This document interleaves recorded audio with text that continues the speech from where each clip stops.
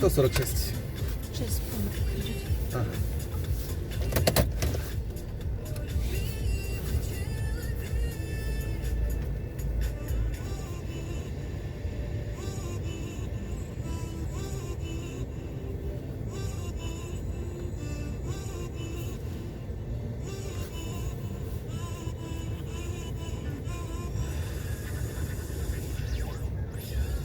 Закончили? А?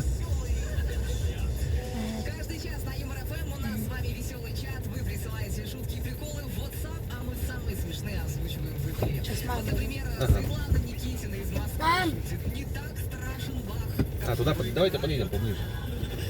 Ну да, если, конечно, быть в теме, то, наверное, страшно слушать. Кирилл Беляев из Бугуруслана передает большой привет Исмаилу Бакунову и бригаде 116 предприятия «Самоклор нефтепромхим» Бузулуцкая экспедиция. Спасибо, Кирилл. Размяли речевой аппарат.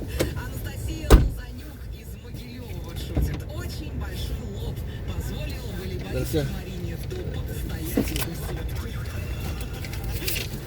сетки. Пожалуйста.